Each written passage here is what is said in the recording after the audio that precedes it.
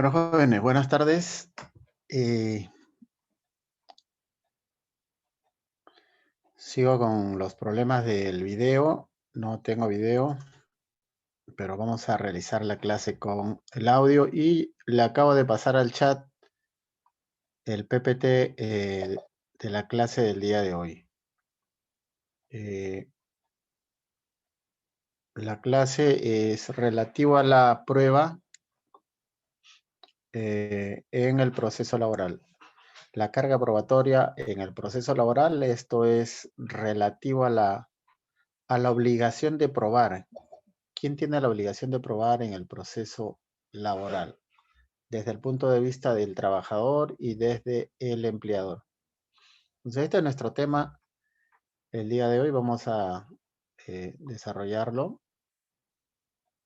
Es una de las clases más importantes que tiene el curso. Porque siempre he comentado que en materia probatoria en el proceso laboral, digamos, existe un triángulo o una pirámide. Lo decimos de manera figurativa, ¿no? En la base de la pirámide están los medios probatorios, en el medio los hechos y en la cúspide, digamos, estaría el petitorio. Quien maneje estos tres elementos de esta pirámide procesal y probatoria, pues maneja el derecho procesal laboral. Por eso la clase del día de hoy es muy importante. Voy a abrir el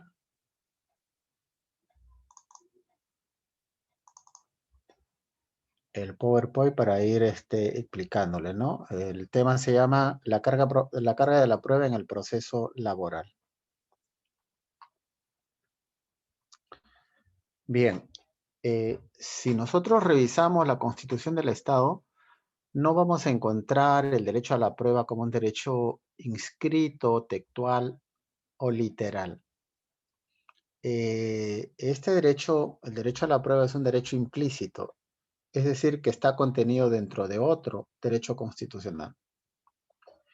El derecho a la prueba lo encontramos en el principio del debido proceso.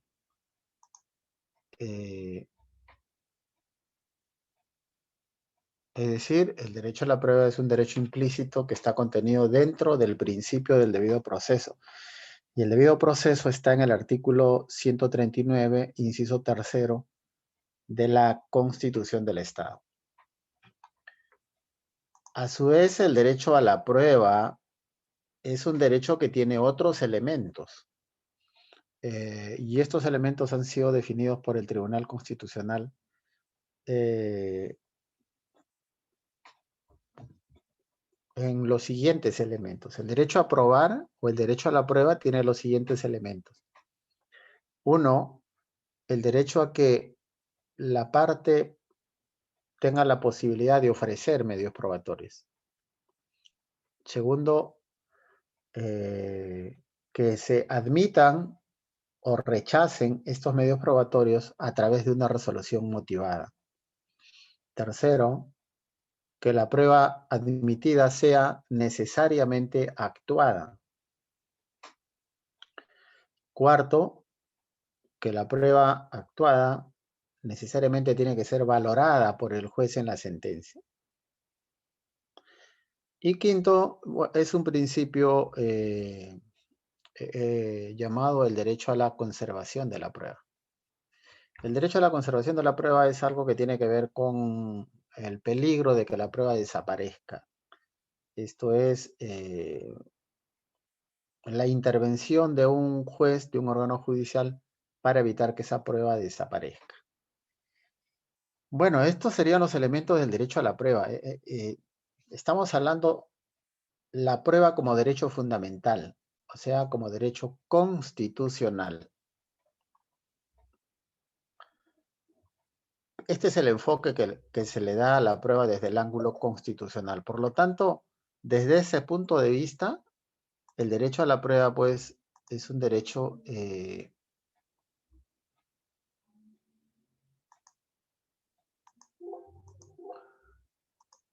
es un derecho susceptible también de protección constitucional. Pues bien, entrando al tema que nos interesa, es decir, dándole un enfoque desde el punto de vista legal, la ley 29.497 regula la prueba laboral en el artículo 23 de la ley 29.497. Y en ese artículo nosotros encontramos dos reglas, la regla general y la regla especial de la prueba laboral. La regla general tiene que ver también con el Código Procesal Civil, ¿no? Y está referido a que aquel que afirma hechos tiene la obligación de probarlo. Aquel que niega o contradice hechos también tiene el deber, la obligación de probar. Esta es la regla general. Eh,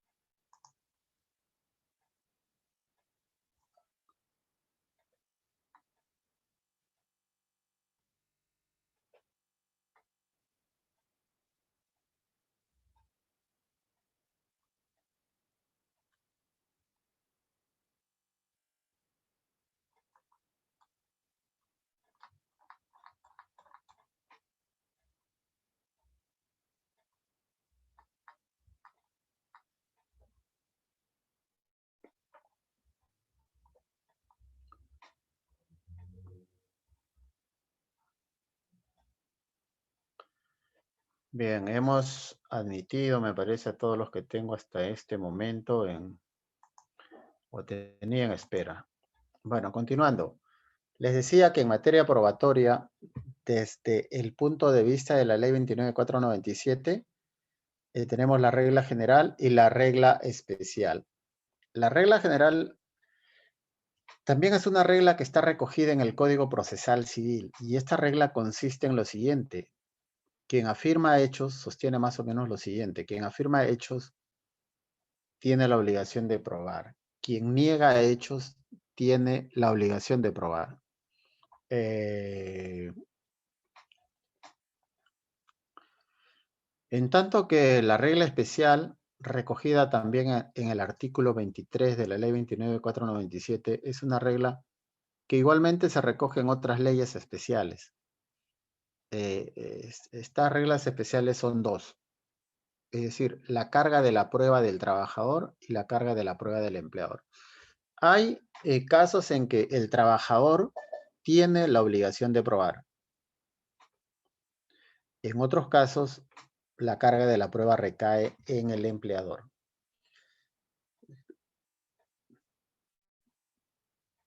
En materia laboral hay un principio llamado el principio de la inversión de la carga de la prueba. Eh, el principio de la inversión de la carga de la prueba. Este principio no está anotado en el PPT, pero es un principio de la prueba muy antiguo. ¿Qué significa este principio? Al trabajador le basta afirmar hechos y será el empleador quien tiene la obligación de probar. Este principio todavía continúa rigiendo, pero se aplica de manera restrictiva, podríamos decir. ¿Por qué? Porque ese principio de que el trabajador le basta afirmar hechos y es el empleador a quien le corresponde probar, está vinculado básicamente con el pago de beneficios sociales. Esto es, si el empleador adeuda remuneraciones, vacaciones o gratificaciones, al trabajador le basta afirmar que le adeudan. Y será el empleador quien demuestre el pago de esos beneficios sociales. Por eso le digo, esta regla es limitada o restrictiva. No se aplica a todos los ámbitos del derecho probatorio laboral. Es más, hoy en día esa regla, si se quiere, ha sido recogida como una carga del empleador. Por lo tanto, es una regla que es de aplicación relativa, ¿no?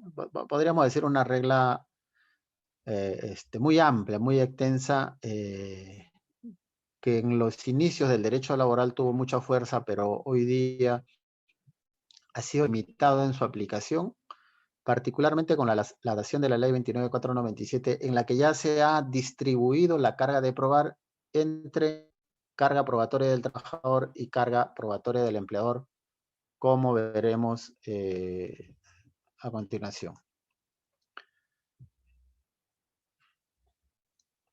Bien, vamos a ingresar a ver la carga probatoria del trabajador. ¿Cuáles son esas cargas? Primero las mencionamos de manera general y luego pasamos a analizar cada una de ellas. La primera carga probatoria del trabajador es la prestación personal de servicios. Es decir, el trabajador demandante tiene la obligación de probar la prestación personal de servicios. 2. La existencia de la fuente normativa de derechos alegados de origen distinto al constitucional o legal. 3. El motivo de la nulidad invocado y el acto de hostilidad padecido. 4. La existencia del daño alegado. Y 5, el hecho o el acto del despido. Estas 5 son cargas probatorias del trabajador. Cuando se invoquen hechos vinculados a estos aspectos, quien tiene la obligación, quien tiene el deber de entregar la prueba al proceso es el trabajador demandante. Vamos a explicar cada una de estas cargas probatorias. La primera, la prestación personal de servicios. Para explicar esta carga probatoria del trabajador, tenemos que hablar del contrato de trabajo. El contrato de trabajo tiene elementos esenciales y tiene elementos accesorios. ¿Cuáles son los elementos esenciales? Los elementos esenciales de un contrato de trabajo son 3.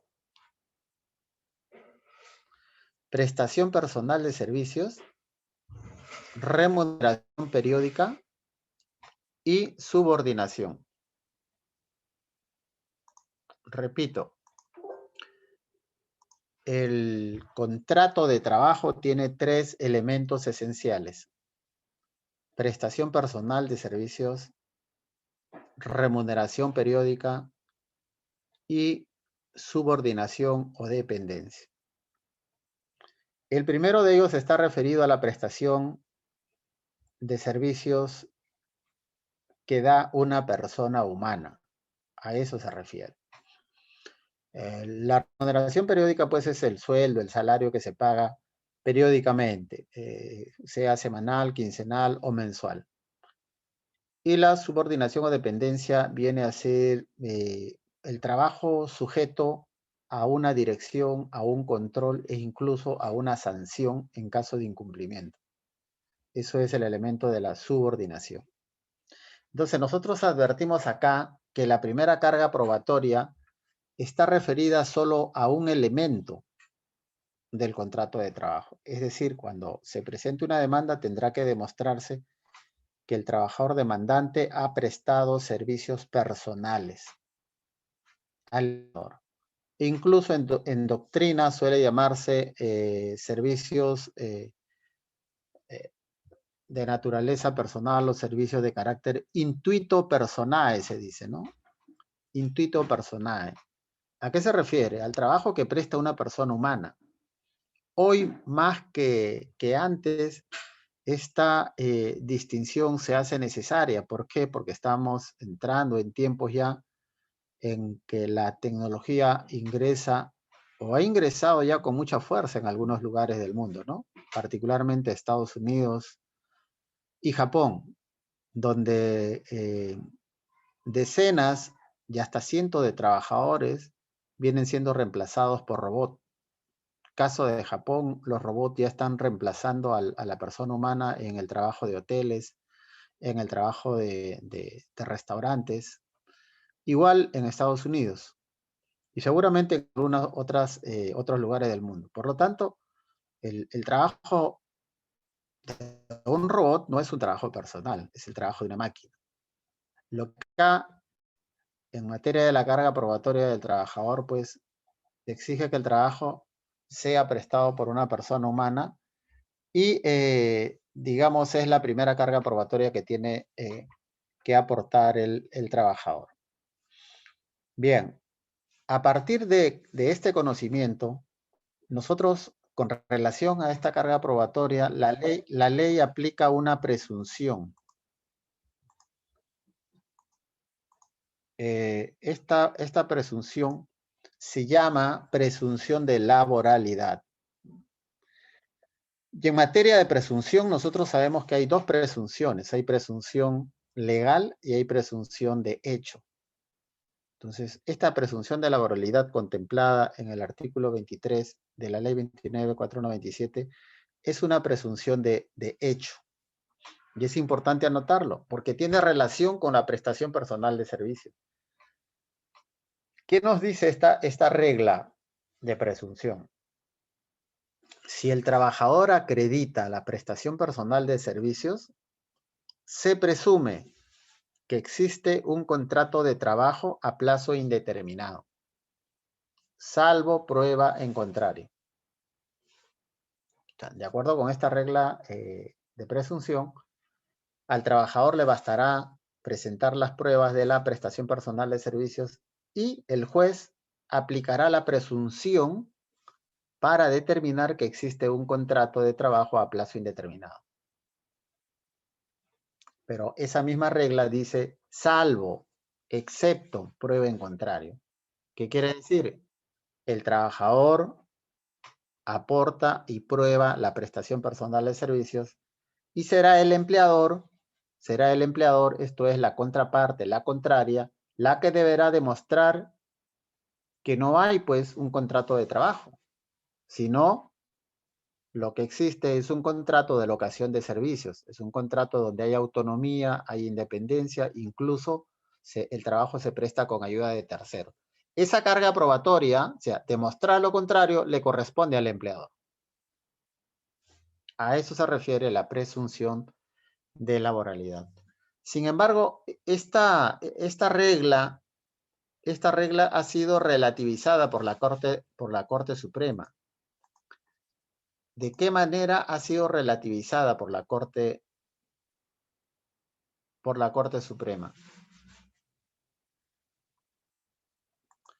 La Corte Suprema le ha dado una interpretación a esta parte normativa de la Ley Procesal de Trabajo. Dice, en cuanto a la prestación personal de servicios, la Corte Suprema, en la casación que aparece en el PPT que les he mencionado, dice, el trabajador debe probar la prestación personal de servicios y además aportar indicios razonables de la existencia de la subordinación. Es decir, según la interpretación que ha dado la Corte Suprema, no es suficiente ya acreditar la prestación personal de servicios, sino que además el trabajador demandante tendrá que presentar indicios razonables, racionales, de que existe subordinación. Y ojo que los indicios se prueban con prueba escrita. Los indicios se prueban con prueba documental. Los indicios no pueden demostrarse con testimonios o declaración de parte. Necesariamente los indicios tienen que ser aportados con documentos. Y para que un indicio no tenga, digamos, la fuerza de generar convicción, necesariamente tienen que ser dos o más indicios. O sea, dos o más indicios, en este caso, de que existe subordinación. Bien, entonces con esta aclaración, hoy por hoy, según la jurisprudencia de la Corte Suprema, que es orientadora, la prestación personal de servicios debe estar acreditada con prueba plena, pero además de ello, el trabajador mandante deberá aportar indicios razonables de que existe subordinación en el empleo. Siguiente, la fuente normativa de derechos reclamados, la fuente normativa de derechos reclamados de origen distinto a legal o constitucional. ¿A qué se refiere esto? Generalmente los derechos reclamados por el trabajador están en la ley o en la Constitución del Estado, ¿no? Y esas fuentes del derecho, pues, las fuentes del derecho son varias, ¿no? La Constitución del Estado, la ley, decreto legislativo, decreto supremo, resoluciones ministeriales, y ahí podremos seguir todavía, resoluciones supremas, resoluciones emitidos por los gobiernos regionales, por los gobiernos locales, en fin. Entonces, y además nosotros sabemos que la ley no se prueba. Cuando se invoquen o se reclamen derechos laborales recogidos en una ley de cualquier rango, no necesita probarse la existencia de esa ley, porque existe un principio de que la ley es conocida desde el día siguiente de su publicación, ¿sí? Es decir, hay una ficción legal ahí. La ley es conocida por todos desde el día siguiente de su publicación. Por lo tanto, la ley no necesita prueba. La ley de origen legislativo o de origen ejecutivo no necesita prueba. Entonces, ¿a qué se refiere esto cuando nos dice fuente normativa de derechos reclamados de origen distinto a legal o constitucional? Bueno, de la última parte entendemos que se refiere a aquellos derechos que no están en la ley y que tampoco están en la Constitución del Estado. ¿Cuáles serían estos derechos que pueden ser reclamados en sede judicial? Pues nos referimos a los convenios colectivos, a los laudos arbitrales, a los reglamentos internos de trabajo y a los contratos individuales de trabajo. ¿Por qué? Porque en todos estos, digamos, instrumentos mencionados, es posible reconocer derechos de naturaleza económica, sobre todo en los convenios colectivos o pactos colectivos de trabajo, en los laudos arbitrales. También en los reglamentos internos puede establecerse algunas bonificaciones o gratificaciones. Y de igual modo en los contratos, en algunos contratos individuales de trabajo, ¿no? Se pueden establecer algunos derechos económicos, algunas bonificaciones de mutuo acuerdo. Y en el caso que no se cumplan, pues se puede acudir al Poder Judicial a reclamar el cumplimiento de esos derechos. En ese caso, cuando se reclamen derechos que provienen de un convenio colectivo de trabajo, de un laudo arbitral, de un reglamento interno de trabajo, de un contrato individual de trabajo, la carga de presentar ese contrato, ese convenio, ese reglamento le corresponde al trabajador. A eso se refiere esta norma. Y esta norma es una modificatoria en relación a lo que decía la Ley Procesal de Trabajo 26.636 ya derogada. Recuerdo que en ese caso, cuando se reclamaban derechos de un convenio colectivo, el trabajador demandante decía: solicito que la empresa demandada exhiba el convenio colectivo de trabajo. Y bueno, y se admitía a trámite esa prueba y se le corría traslado a la empresa. Y obviamente que generalmente la empresa no exhibía ese convenio colectivo de trabajo. Eso ahora ya no se puede hacer. Si usted reclama derechos laborales provenientes de un convenio colectivo, pues la carga de la prueba le corresponde al trabajador. Igual si fuera de un reglamento interno, de un laudo arbitral o si fuera de un contrato individual de trabajo, ¿no? Esas son fuentes normativas que no están en la ley y no están en la Constitución del Estado, sino son fuentes normativas elaboradas de manera bilateral por el empleador y el trabajador en el caso del convenio colectivo de trabajo o el contrato individual de trabajo. Y en el caso del reglamento interno, pues generalmente lo suele elaborar el empleador, pero con conocimiento de los trabajadores. Es decir, el empleador, para que tenga vigencia y aplicación ese reglamento interno, tiene que entregarle una copia de ese reglamento a cada uno de los trabajadores. De lo contrario, tampoco podrá exigirle, ¿no? El cumplimiento de los deberes y obligaciones de trabajo que existan en ese reglamento interno elaborado por la empresa. Incluso si este reglamento interno transgreda o vulnere derechos laborales reconocidos por la ley, el trabajador podrá cuestionar en sede judicial ese reglamento interno. Pero básicamente, en cuanto a esta segunda carga probatoria del trabajador, esa fuente normativa derivado de convenios colectivos de trabajo y otros mencionados, le corresponde al trabajador. El trabajador invoca en los hechos de su demanda, en el petitorio de su demanda, y también deberá presentar la copia de ese convenio colectivo de trabajo conjuntamente con su demanda. Tercero, el motivo de nulidad invocado y el acto de hostilidad padecido.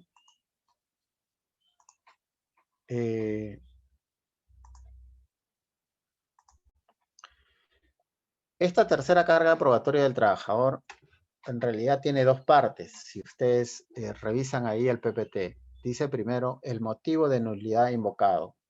Esa es una carga. Y el otro, el acto de hostilidad padecido, es otra carga probatoria. Vamos a explicarla por partes. ¿A qué se refiere con el motivo de nulidad invocado? Se refiere al despido nulo. Nosotros hemos hablado en algún momento en el desarrollo del curso del despido nulo. Y hemos hecho referencia a él cuando hablamos de la competencia por razón de la materia. Y en algunas clases anteriores, al hablar del proceso abreviado, también hemos hablado del despido incausado y del despido fraudulento. A ver, yo haría una pregunta. ¿Usted podría tramitar vía proceso abreviado una reposición por despido nulo? No. ¿Y entonces el despido incausado y el despido fraudulento son despidos nulos? No. No son despidos nulos. El despido incausado y el despido fraudulento no son despidos nulos. Desde el punto de vista de su denominación, ¿no? Simplemente se llaman así, despido incausado o despido nulo, porque así los ha llamado el Tribunal Constitucional. El despido incausado y el despido fraudulento son despidos creados vía jurisprudencia. Estas dos clases de despido incausado y despido fraudulento, no están en la ley. Esa es una novedad, ¿no? No están en la ley. Usted no lo va a encontrar en ninguna ley. Oiga, y entonces, ¿cómo así pues se aplica e incluso se ordena la reposición del trabajador cuando es fundada? Pues es que el Tribunal Constitucional es el único órgano jurisdiccional que puede crear derecho a través de sus resoluciones, ¿no? El Tribunal Constitucional es el único que puede crear derecho a través de sus resoluciones, pero particularmente a través de la llamada doctrina constitucional. ¿Y por qué? Así está autorizado en el artículo sexto, en números romanos del título preliminar del Código Procesal Constitucional. Por lo tanto, a través de su doctrina constitucional, vía interpretación del artículo 27 de la Constitución del Estado, el tribunal ha establecido que hay estas dos clases de despido que conllevan a la reposición en el empleo en caso de declararse fundado, ¿no? Es el despido incausado y el despido fraudulento. Y así es aceptado pacíficamente por toda por todos los tribunales peruanos, ¿no? O sea, ahí no hay, y también por toda la doctrina, esto es por todos los estudiosos del derecho laboral peruano. No hay infancia. Tanto es así que incluso el Poder Judicial de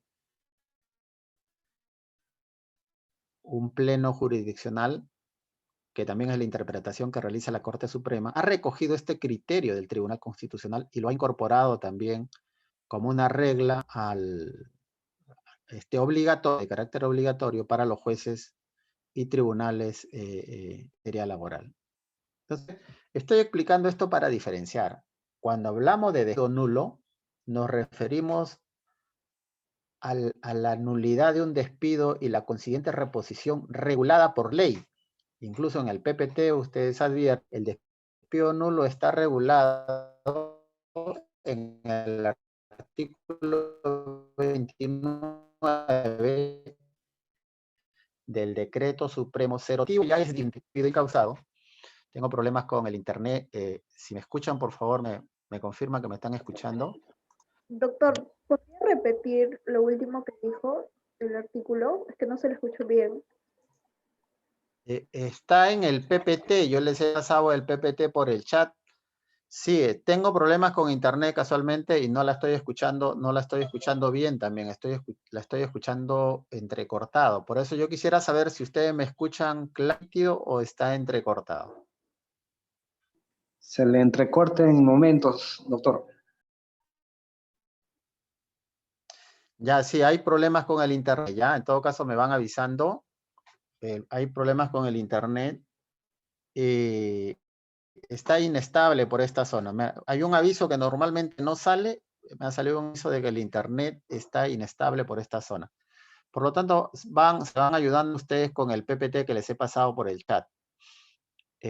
Bueno, vamos a repetir. El despido nulo está regulado por el artículo 29-97-TR. Este artículo tiene diversas causales de despido nulo. Le voy a citar algunos de ellos.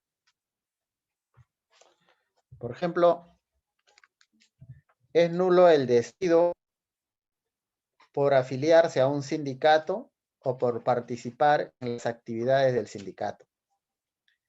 Es nulo el despido por ser candidato a representante de los trabajadores o haber actuado en la calidad de representante de los trabajadores. Es nulo el despido por presentar una queja o participar en un proceso contra el empleador ante las autoridades competentes. Es nulo el despido por embarazo. Luego también hay otras incorporadas por leyes especiales, como es nulo el despido por padecer la enfermedad del VIH. Es nulo el despido de las personas discapacitadas. Es nulo el despido por discriminación, por razón de sexo, ideas, religión, etc. Entonces, esta norma, el artículo 29, establece diversas causales de nulidad del despido. Y en ese caso, cuando usted invoca una causal del artículo 29 del Decreto Supremo 0397, primero, ¿en qué proceso tramita su demanda? En la vía del proceso ordinario laboral. ¿Sí? Que eso quede claro. Lo hemos dicho, ya lo estamos repitiendo nuevamente. Segundo, usted tiene que pedir la nulidad del despido por la causal, indicar cuál es la causal. Tiene que indicar usted la causal. A eso se refiere cuando dice el motivo de la nulidad. Cuando dice, usted tiene que probar el motivo de la nulidad, usted tiene que probar la causal de esa nulidad. Si usted dice que lo despiden por ser dirigente sindical, pues tiene que probar que es dirigente sindical. Si usted dice que lo despiden por afiliarse a un sindicato, pues tiene que probar que lo han despedido por afiliarse a ese sindicato. Si usted dice que lo despiden por haber organizado un sindicato e inscrito ante la autoridad correspondiente, pues tendrá que probar eso. Solo que en esa materia, en materia de prueba del despido nulo, la carga probatoria también se relativiza. Es decir, que cuando se trate de probar la nulidad invocada, usted le basta con aportar indicios razonables o racionales de que fue despedido por alguna causal del despido nulo. Así ha sido determinado en un pleno jurisdiccional. Salvo en el caso de la mujer embarazada, digamos, se le exime de la prueba cuando este embarazo es notorio. Notorio, pues, digamos, hablemos del sexto mes, séptimo mes, octavo mes, donde es notorio. Entonces, se despide a una mujer embarazada al octavo mes, no se le va a exigir que pruebe su embarazo, porque obviamente el empleador sabía, ¿no? Todo el mundo sabe que una mujer está embarazada al octavo mes, al séptimo mes. Pero si el despido se produce en el primer mes, digamos, o tal vez en el segundo mes, el embarazo no se nota. En ese caso, la mujer tendrá que probar que fue despedida precisamente como un acto discriminatorio por haber quedado embarazada. Bueno, cuando uno solicita la nulidad de un despido por la causal del Decreto Supremo 0397-TR, pues uno pide ahí nulidad del despido y la reposición en el empleo más el pago de las remuneraciones devengadas. En este caso sí, de despido nulo se pide reposición y pago de remuneraciones devengadas. A diferencia del despido incausado y del despido fraudulento, donde usted no puede pedir, le van a rechazar su demanda si usted lo pide. En el despido incausado y el despido fraudulento solo se pide reposición como pretensión principal única, así lo dice la ley. Bien, entonces esta es la primera parte de esta carga probatoria. La segunda se refiere al acto de hostilidad padecido.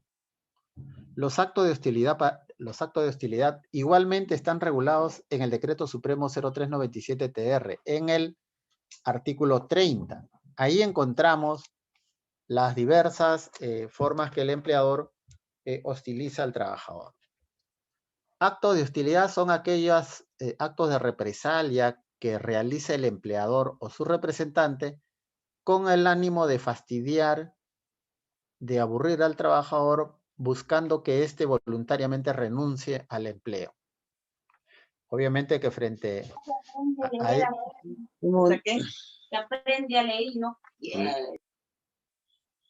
obviamente que frente a esa hostilización, el trabajador puede pues defenderse, ¿no? ¿Y cómo lo hace? Primero a través de una carta. Tiene que dirigirle una carta al empleador, dándole un plazo de 6 días para que deje de hostilizar al trabajador. Bueno, y si no lo hace, si el empleador persiste en sus actos de hostilización, bueno, ya queda en manos del trabajador si acude o no ante la autoridad, digamos, el órgano jurisdiccional. Esos actos de hostilidad están regulados en el artículo 30. Por ejemplo, les voy a citar alguno de ellos. Es la falta de pago de remuneración en la oportunidad correspondiente, ¿no? La reducción inmotivada de la remuneración o de la categoría. El traslado del trabajador a un lugar distinto del lugar donde habitualmente presta sus funciones. Los actos de discriminación también, los actos de hostigamiento, inobservancia de las medidas de higiene y seguridad, actos de violencia o faltamiento grave de palabra en agravio del trabajador también. O sea, el empleador tampoco puede agredir de palabra al trabajador. Entonces, estos son actos de hostilidad. Y ya les dije que en ese caso,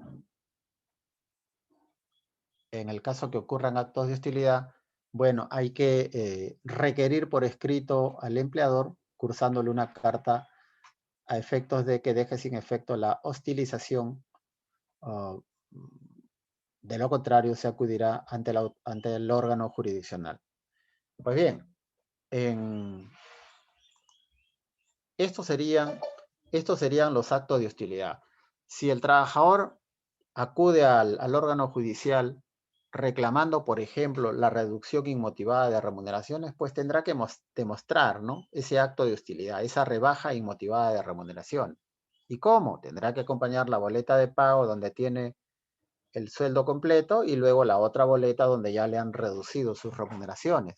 Además de ello, tendrá que presentar la carta por escrito que le cursó al empleador exigiéndole que deje sin efecto los actos de hostilidad. A eso se refiere esta carga probatoria.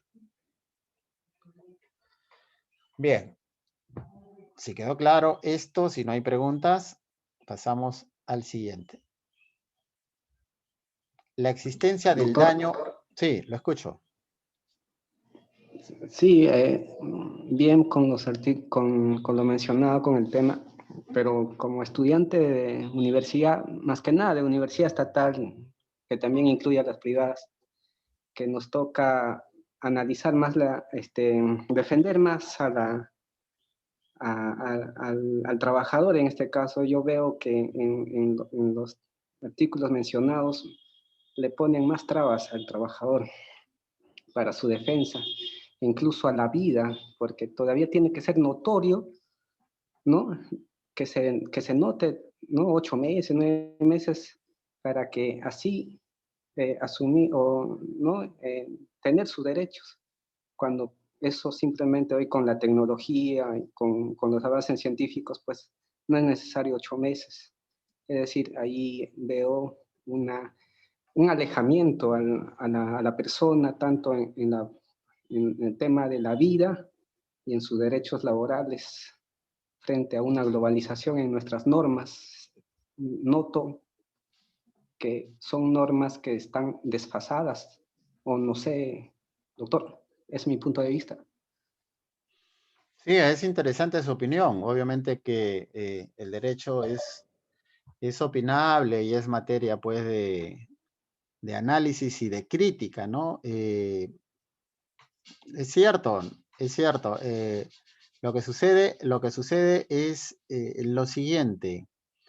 En materia laboral tenemos un principio general y es un principio constitucional, es el principio protector.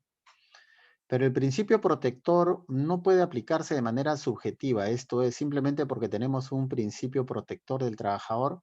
En todos los casos hay que favorecer al trabajador o a la trabajadora. Esto no es así.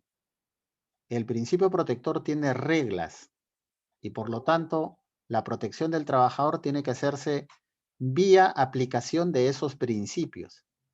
Y por ejemplo, ya a propósito de su pregunta, voy a terminar después contestando sobre el tema del embarazo, pero hago un enfoque amplio para poder de repente explicar que la protección al trabajador se aplica a través de diversas reglas. Como por ejemplo, ¿cuál? Principio protector tiene otras reglas, que son las reglas de indubio pro operario, ¿no? La aplicación de la norma más favorable. Entonces, por ejemplo, en cuanto al indubio pro operario, es un principio que ustedes conocen, ¿no? Que cuando se da la duda en la interpretación de una norma, esa duda normativa tiene que ser a favor, esa interpretación de la norma tiene que ser a favor del trabajador. Pero eso es relativo ¿a qué? A la duda en el sentido de una norma. Por ejemplo, no se aplica en duda respecto a prueba. Si hay dudas sobre un determinado hecho, ¿usted resuelve a favor del trabajador? No. No, no es así. La duda no se aplica en tema de prueba. La duda se aplica en tema normativo, de interpretación de una norma legal. En materia de prueba, con esta nueva ley procesal de trabajo, la carga probatoria está regulada. Está regulada. Es decir, ha distribuido la carga para el trabajador y para el empleador. Y digamos, en materia de la mujer embarazada, es cierto que en principio se presume el despido de la mujer embarazada, pero esa presunción es relativa. Esa presunción es relativa teniendo en cuenta un poco el desarrollo del embarazo. Así lo ha interpretado la jurisprudencia, ¿no? Así lo ha interpretado la jurisprudencia. porque había en un principio también un criterio más absoluto que decía que porque la mujer tenía que presentarle o comunicarle por escrito con una prueba documental de que se encontraba embarazada. Sin embargo, esa carga probatoria fue relativizada por la jurisprudencia, en el sentido de que no podría exigirle que acredite el embarazo a una mujer cuyo embarazo es notorio, pues, ¿no? Cuyo embarazo es notorio. Entonces ahí, digamos, la carga probatoria de la mujer es relativa. Como les expliqué al principio, señor, si se despide a una mujer en el primer mes de embarazo, obviamente que el empleador no tiene forma de saber que la mujer está embarazada, digamos, en su primer mes de embarazo. No hay forma de saber. Es más, para la propia ciencia es difícil, me parece, hasta donde yo conozco, es difícil establecer en el primer mes. Me parece que se nota a partir del segundo mes. En todo caso, no voy a generar un debate de naturaleza científica acá, porque estoy haciendo un enfoque basado en la normativa y basado en la jurisprudencia que se ha revisado, ¿no? Ahora, si en un caso concreto se alega de que el empleador sabía que al mes ya estaba embarazada, bueno, también será materia de prueba, tendrá que demostrarse dentro de ese proceso que no obstante que la mujer tenía un mes de embarazo, el empleador ya sabía, de alguna forma el empleador ya sabía que la mujer estaba embarazada y por eso la despide. Pero estas son, las reglas de las que estamos hablando son reglas de carga probatoria. Y en esto, salvo que la jurisprudencia, es decir, la Corte Suprema o el Tribunal Constitucional, haga una interpretación distinta, digamos, la carga probatoria ya está establecida en la ley y y se aplica de esa forma. Bien, vamos a pasar al siguiente tema. La existencia del daño alegado. Esto se refiere a las pretensiones que pueden formularse por daños y perjuicios, ¿no? Llamado también indemnización por daños y perjuicios. Y particularmente al daño contractual. Hay dos clases de daños en la responsabilidad civil, regulado por el Código Civil, hay dos clases de daños. El daño contractual y el daño extracontractual. Entonces, en materia de trabajo, el daño es contractual. Y en ese daño, usted puede reclamar el daño emergente, el lucro cesante y el daño moral. Todas estas clases de daños están regulados por el Código Civil. O sea que la Ley Procesal de Trabajo recoge las reglas del daño contractual para resolver las pretensiones de indemnización por daños y perjuicios. En el caso que el trabajador reclame daños y perjuicios, tiene la obligación de probar que ha sufrido un daño emergente, un lucro cesante o un daño moral. Por ejemplo, hay diferentes clases de daños que se reclaman en materia laboral. Hay uno usual de daños y perjuicios. Les voy a poner un ejemplo. Es cuando un trabajador es despedido por despido incausado, digamos, obtiene una sentencia favorable con autoridad de cosa juzgada y lo reponen en el empleo. Ya dijimos que este trabajador que gana un juicio por despido incausado o despido fraudulento no tiene derecho al pago de remuneraciones devengadas. Lo que tiene que hacer es hacer otro juicio por daños y perjuicios. Y ahí en ese juicio reclamar el lucro cesante, ¿no? El daño emergente y el daño moral. Entonces, ¿qué prueba tendrá que presentar?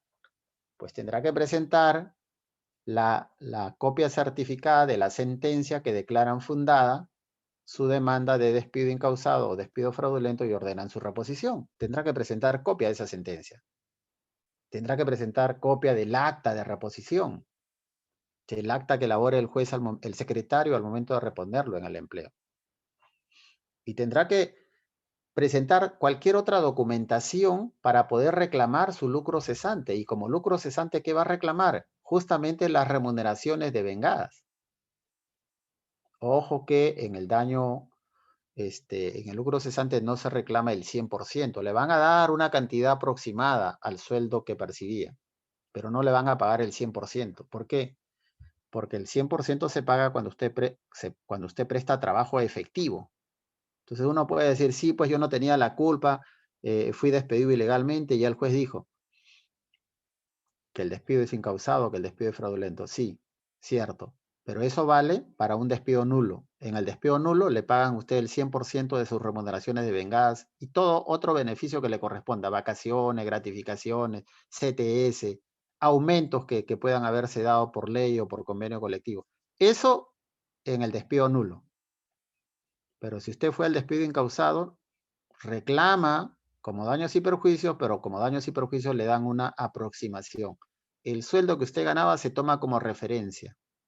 Además, se tiene en cuenta si usted tenía otro trabajo, y si usted tenía otro trabajo en la que percibía un ingreso determinado, se descuenta ese ingreso que usted tenía. Esa es la jurisprudencia, esa es la línea de la jurisprudencia a nivel de la Corte Suprema incluso. Bien, el daño moral hasta ahora se viene pagando solamente sin necesidad de que usted presente ninguna prueba. Hasta ahora, le digo, la jurisprudencia puede variar. Hasta ahora se viene pagando solamente con que usted invoque el daño moral, describe el daño moral, y bueno, se toma en cuenta como prueba del daño moral el hecho mismo del despido, ¿no? Y si usted puede acompañar algunos otros documentos para demostrar que usted pues sufrió un estrés, un sufrimiento, como cuáles, por ejemplo, bueno, si tiene hijos menores de edad, acompañe las partidas de nacimiento de sus hijos menores de edad, para hacerle ver al juez que usted tenía una carga familiar de por medio, ¿no? Y si ha sufrido alguien enfermedad en ese momento, usted tiene gastos por boletas de medicinas, etcétera, también acompáñela. O sea, todo medio probatorio que tienda a reforzar o a probar la existencia del daño moral. El daño emergente también puede ser reclamado, pero eso es materia de prueba también. El daño emergente nunca se ha dado hasta ahora según la jurisprudencia que he revisado. ¿A qué se refiere daño emergente? Es a la pérdida de un bien que usted tiene como consecuencia del despido. Entonces usted tendría que demostrar que como consecuencia del despido tuvo una fuerte necesidad de dinero para determinado gasto, y eso motivó que usted tenga que vender, digamos, su casa, ¿no? Tendrá que probar la venta de su casa. Y además tendrá que probar que el dinero producto de esa venta usted lo utilizó, digamos, para una operación de emergencia, pues, de su esposa, digamos, ¿no? Tendrá que probar todo eso. Y en ese caso se le dará razón y se ordenará que le devuelvan, pues, lo que usted ha gastado como consecuencia del daño emergente, ¿no?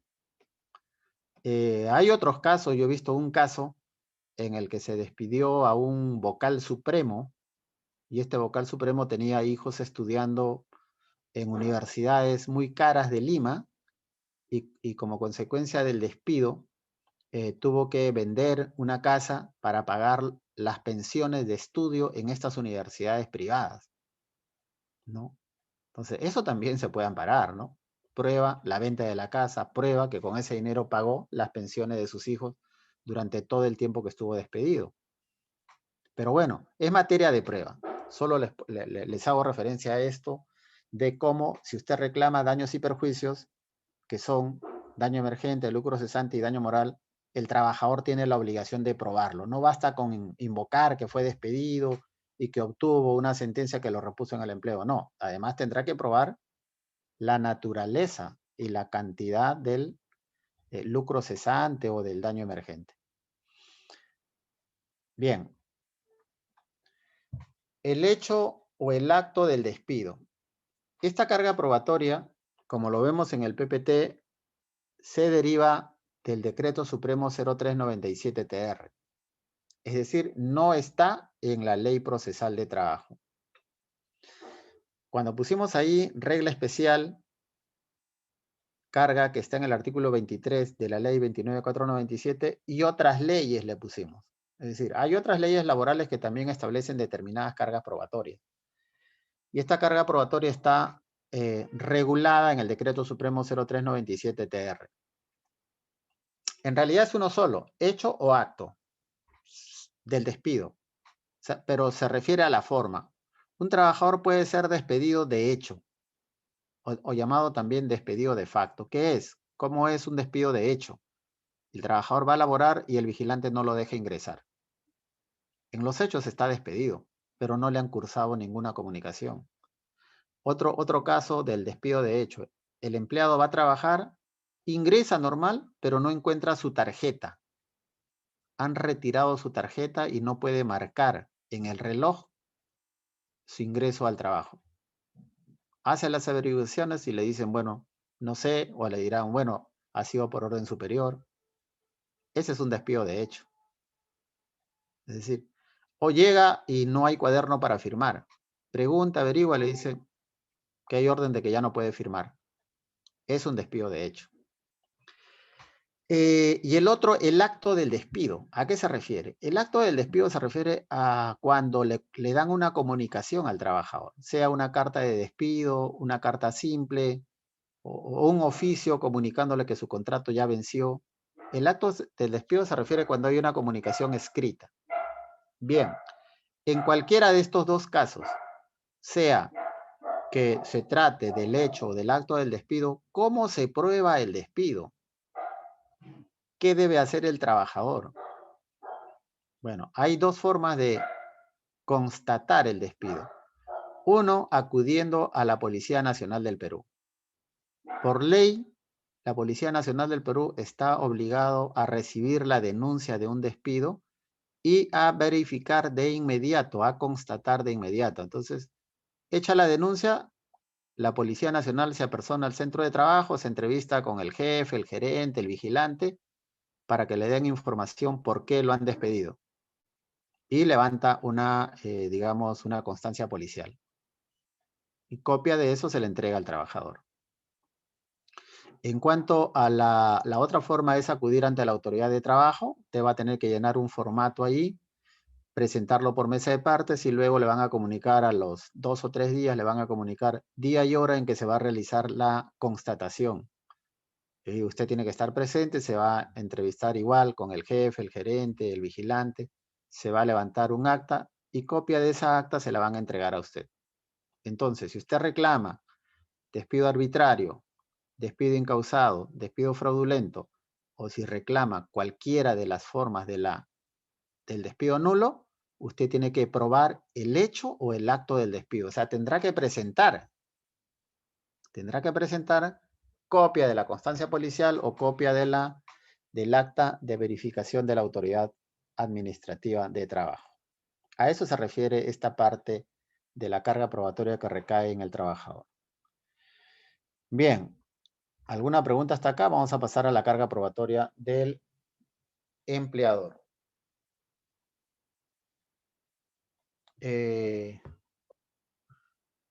Bueno, el empleador tiene las siguientes cargas probatorias. Igual, vamos a mencionar de forma rápida y luego explicamos. Uno, el pago, el cumplimiento de las normas legales, de sus obligaciones contractuales,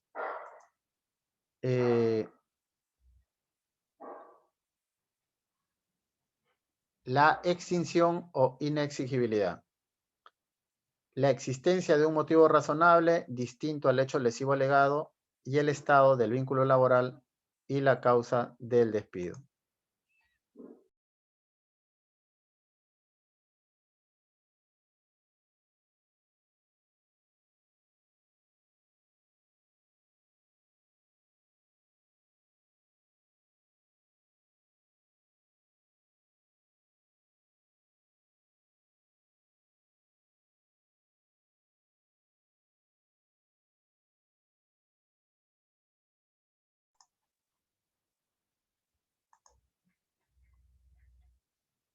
Bien, el pago.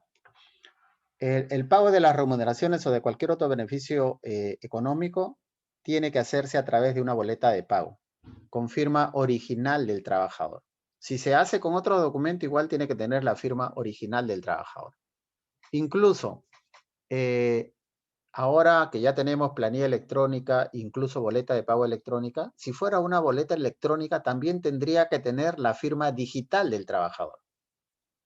O sea, no se trata como hacen algunos empleadores ahora en los juicios, abogados de los empleadores, presentan una boleta de pago impresa de la computadora, sin firma digital. Eso no tiene valor, eso no acredita el pago. Porque la ley nos dice que la boleta de pago tiene que tener la firma original del trabajador para tenerse por pagado el derecho reclamado. Y si fuera una boleta electrónica, tiene que tener firma digital. Ahora pues la tecnología ha avanzado tanto que es posible tener firma digital.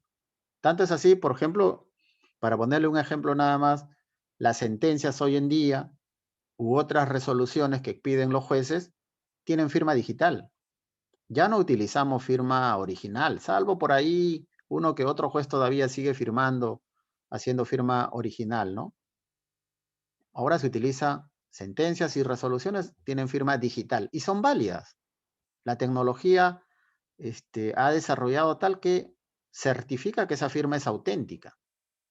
Por lo tanto, en materia de pago también, si presentan boletas electrónicas, tiene que tener firma digital. Si no tiene firma digital, no acredita el pago. No acredita el pago, ¿no? Entonces, el pago se hace con la boleta de pago, con firma original, u otro documento que tenga firma original, o si es boleta electrónica, con firma digital. En el caso de los pagos que se realizan, por ejemplo, a través de las entidades bancarias, pues la constancia que otorga el banco será suficiente para acreditar el pago también. El cumplimiento de las normas legales. Hay diferentes normas de naturaleza laboral que tienen que ser cumplidas por el empleador. Si el trabajador invoca que no se ha cumplido algunas, la carga de probar le corresponde al empleador.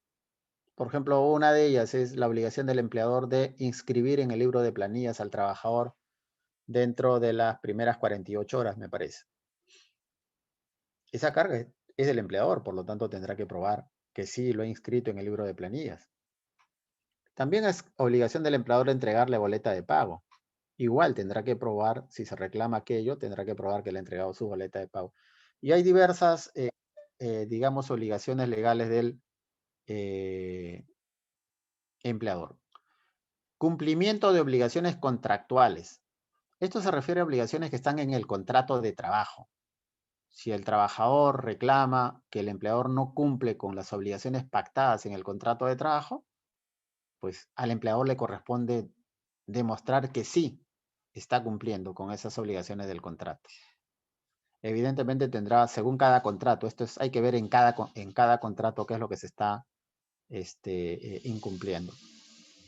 Luego, el empleador, si le reclaman el cumplimiento de un contrato, también podrá invocar que ese contrato se ha extinguido o que ese contrato es inexigible. ¿Sí? Si el empleador dice, oiga, ese contrato ya se extinguió, ese contrato no es exigible, bueno, el empleador tendrá que demostrar por qué no es exigible o por qué ya se encuentra esa obligación contractual extinguida. La siguiente obligación del empleador es la existencia de un motivo razonable distinto al hecho lesivo alegado. Esto se refiere generalmente cuando el trabajador reclama de que se han vulnerado algunos derechos laborales y el empleador pues tendrá que invocar y demostrar que ha existido un motivo razonable distinto, ¿no? Y para ello, particularmente, deberá invocar que tiene un poder de dirección. El empleador tiene un poder de dirección y a través de ese poder de dirección puede dirigir las labores en el centro de producción, fiscalizar las labores e incluso sancionar al trabajador si incumple con sus labores o si incumple con las obligaciones reglamentadas. Entonces, el empleador tendrá que probar que ha existido un motivo razonable distinto al hecho lesivo que está reclamando el trabajador. Y si invoca un motivo razonable, tiene que probar ese motivo razonable basado en su poder de dirección. Porque el poder de dirección tampoco es arbitrario ni se puede ejercer al margen de la ley. Tercero, el estado del vínculo laboral y la causa del despido. Aquí también tenemos dos obligaciones, ¿no? Primero, vínculo laboral y luego causa del despido. Bueno, esto es sencillo. Si el trabajador presenta una demanda, el empleador al contestar tendrá que decir que el trabajador se encuentra activo, es decir, que está trabajando o que ya ha cesado en sus labores. Y además de decirlo, tendrá que presentar el documento que acredite que continúa en actividad o que ha cesado en sus labores. En cuanto a la causa del despido, este es un aspecto importante que se ve mucho en los estrados judiciales. El Decreto Supremo 0397-TR nos dice que el trabajador goza de protección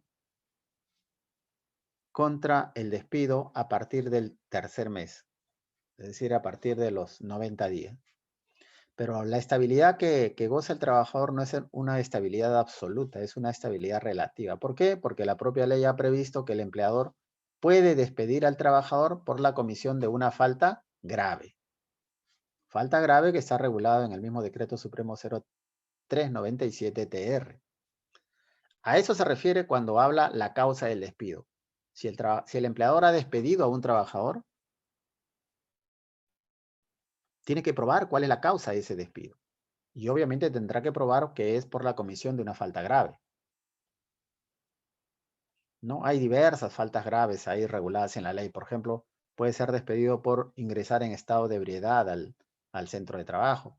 Puede ser despedido por faltar 3 días consecutivos al centro de trabajo sin ninguna justificación. Y en fin, hay varias causales más. Entonces, en ese caso, el empleador tendrá que probar cuál es la falta que ha cometido el trabajador. Pero no solo eso, tendrá que ofrecer pruebas que demuestren que ha seguido el debido procedimiento corporativo para despedirlo.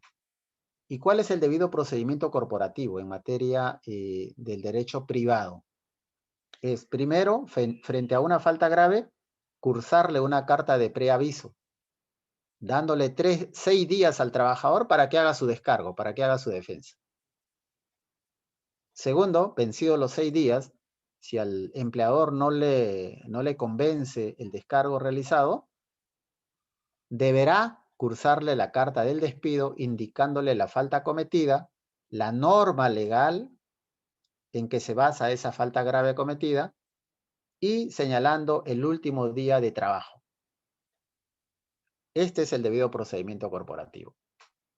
Ahora, cuando el empleador alegue que despidió al trabajador por una falta grave, debe presentar todas estas pruebas al proceso. Las pruebas que acrediten que cometió la falta grave. Y además las pruebas que acrediten que siguió, que respetó, que cumplió el debido procedimiento corporativo para despedir al trabajador. Con esto, ¿qué estamos entendiendo? Que el empleador, ante una falta grave del trabajador, no lo puede, como decimos, no lo puede votar, así mano militare al trabajador, sino que tiene que seguir un procedimiento, salvo situaciones muy excepcionales que tendrá que explicar el empleador, pues, ¿no?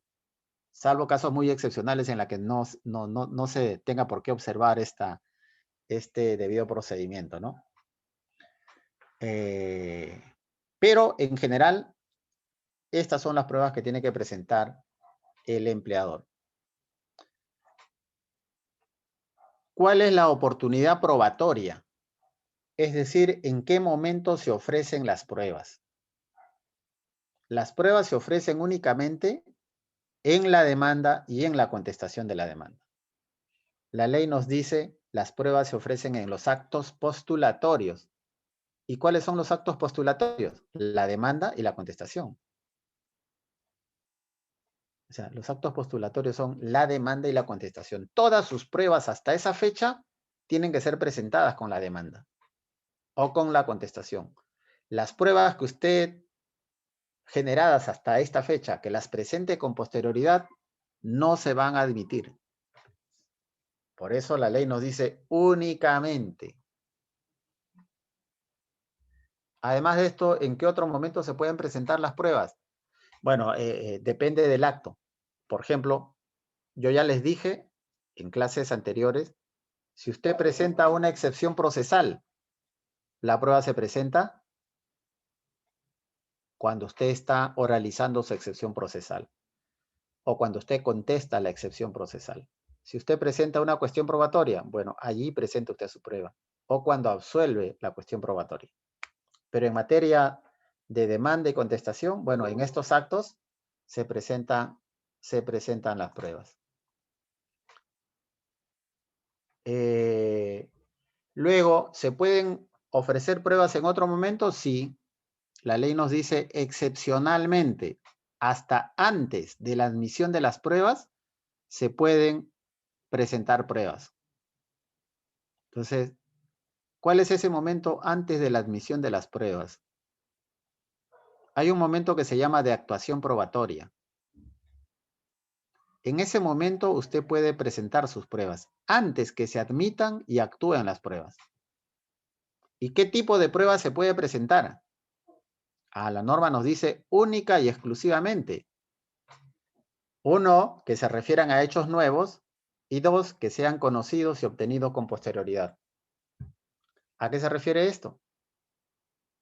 Hechos nuevos invocados en la contestación de la demanda. Es decir, el demandado invoca hechos nuevos que usted no ha dicho en su demanda. En ese caso, usted puede presentar pruebas nuevas. O cuando se trate de pruebas que usted conoció y que usted las obtuvo con posterioridad a la presentación de la demanda. Solo en esos dos casos se admitirán estas pruebas excepcionales o extraordinarias. Pero ejemplo, si la prueba corresponde a una fecha anterior a la presentación de la demanda y usted la quiere presentar aquí en el momento de la actuación probatoria, usted puede proponerla, sí, pero el juez la va a rechazar porque no se tratan de pruebas excepcionales. Son pruebas que usted conoció y pudo obtener antes de presentar su demanda. Entonces, estas son nuevas reglas que uno tiene que conocerla para poder aplicarla. Ya aquí no se aplica la regla antigua, que era una costumbre, que se arrastraba hasta el Código de Procedimientos Civiles de 1912. ¿Qué es? Se guardaban la prueba, es decir, esta es la prueba más importante y se la guardaban. No la presento con la demanda, la voy a presentar en tal fecha para tratar de sorprender y no tenga ya oportunidad de defenderse a la otra parte. Esa prueba escondida hoy día ya no se permite. Anteriormente era posible porque no existían estas reglas que estoy dando cuenta hoy día. Entonces, hay que tener mucho cuidado. Todas las pruebas con la demanda y la contestación. Por eso, la demanda y la contestación son dos actos importantes. Yo le llamo una demanda bien elaborada y debidamente documentada con las pruebas correspondientes. Usted tiene un 60 o 70% del juicio ganado. Bueno, esa es mi opinión. Esa es mi opinión. Pero estas son las reglas también que existen, que estamos describiendo. Y finalmente, la prueba de oficio. La prueba de oficio es una facultad del juez. Ninguna de las partes puede obligar al juez a ordenar una prueba de oficio, ni siquiera hacerle recordar, porque esta es una facultad del juez. Si el juez quiere, ordena. Si el juez no quiere, no ordena. Y por falta de prueba de oficio tampoco se puede declarar nulo el proceso. Ya no se permite lo que antes se hacía, que la sala superior le ordenaba al juez para que actúe prueba de oficio. Hoy día ya no. El juez de primera instancia es independiente. Si quiere, ordene, y si no quiere, no ordena. Y no pasa nada. Así ordena el superior. El juez de primera instancia no le hace caso. ¿Por qué? Porque hay una cosa que tienen que saber ustedes. Los jueces son independientes. La sala superior no es el jefe del juez de primera instancia. Ni la Corte Suprema es el jefe de la sala laboral de cualquier lugar del país. Hay independencia jurisdiccional para interpretar y para actuar. Por lo tanto, si la propia ley dice que es una facultad, nadie le puede ordenar. Si ustedes revisan la normativa, no van a ver que el juez tiene la obligación, que el juez debe ordenar prueba de oficio. No dice eso. Bueno, en el caso que el juez ordene, puede suspender la audiencia hasta por 30 días. Esta decisión de ordenar prueba de oficio, si la ordena el juez, es inimpugnable. Tampoco se puede apelar, ni pedir nulidad. Es inimpugnable, ¿no? Bien, con esto terminamos el curso del día de hoy. Voy a pasar lista. Nos queda pocos minutos, me parece, para pasar la asistencia.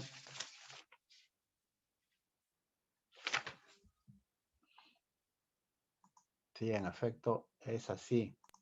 Y en los últimos minutos han ingresado al aula.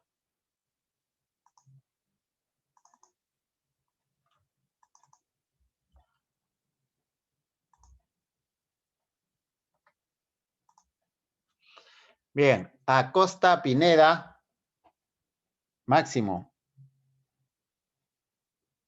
Alvarado Camargo, Yérica. Cagua, Oré, Miguel. Presente, doctor. Buenas tardes. Buenas tardes. Carmona Flores, Ribet. Castañeda, Inchicaque. Doctor, disculpe, Alvarado, presente. ¿Quién? Doctor, disculpe, Carmona Flores. Ya, correcto, Carmona Flores. Gracias, ¿Quién doctor. más? Permiso. Alvarado Camargo. Sí, doctor Alvarado. Ya, muy bien. Cabero Hernández, Uber. Presente, doctor. Coragua Prado, Efraín. Cochachi Suárez, Yuri. Buenas tardes, doctor presente en Cochachi. Cornejo Flores, Shirley. Presente, doctor. Buenas tardes. Cruz Chambe, Karen. Buenas tardes, doctor. Presente. Cueto Taipe, Karen. Dueñas Fierro, Pierina.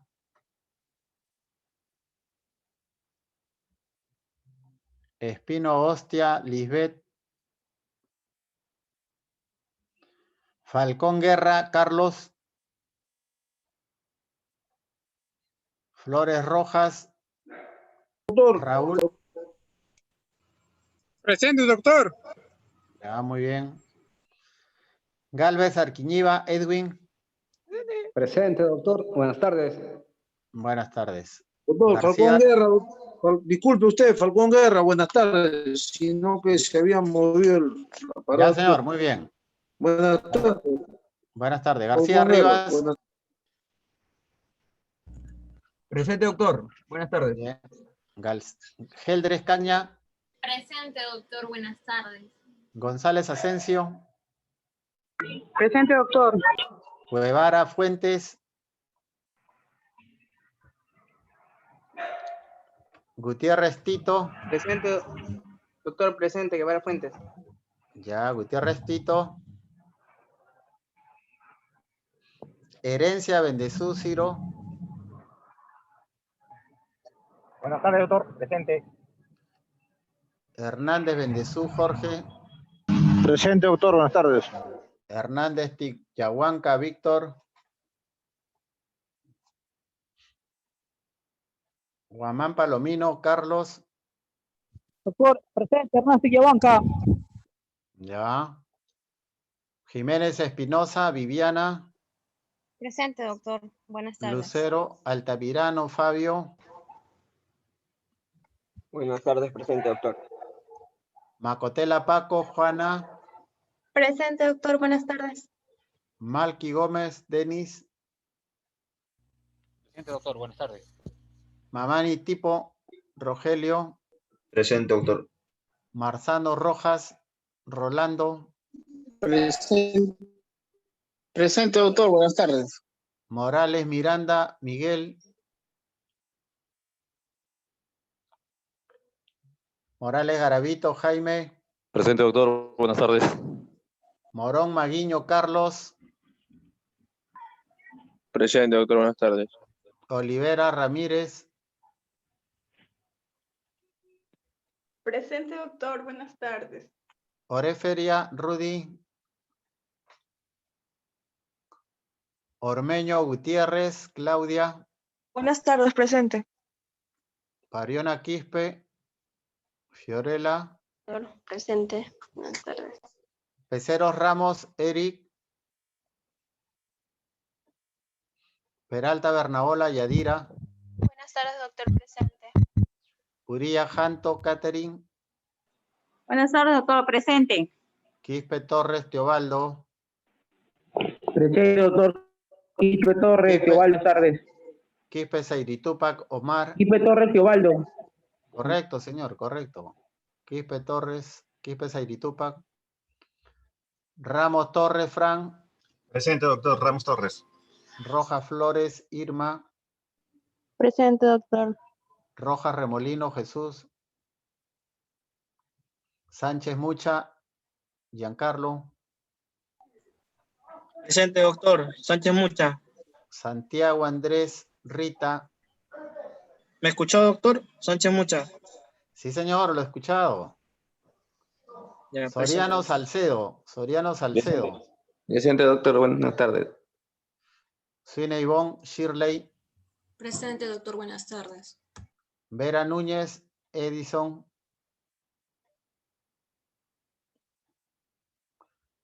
Vilca Doctor, Pizán. disculpe, oré feria presente, disculpe, doctor. Ya, muy Estoy bien. ocupadito, perdón. Vilca Antonio Harold. Presente, doctor. Vilca Toma Pedraza. Doctor, buenas tardes. Vilca Pizango presente, por favor. Sanabria Wilca. Doctor, buenas tardes. Presente. Ya, muy bien. ¿Quién falta? Doctor González, disculpe. Mi red está inestable y no se me escuchó si realmente dije mi asistencia, pero yo estoy hablando. Dígame su Igual nombre, la... González su nombre. Asensio Carla, doctor.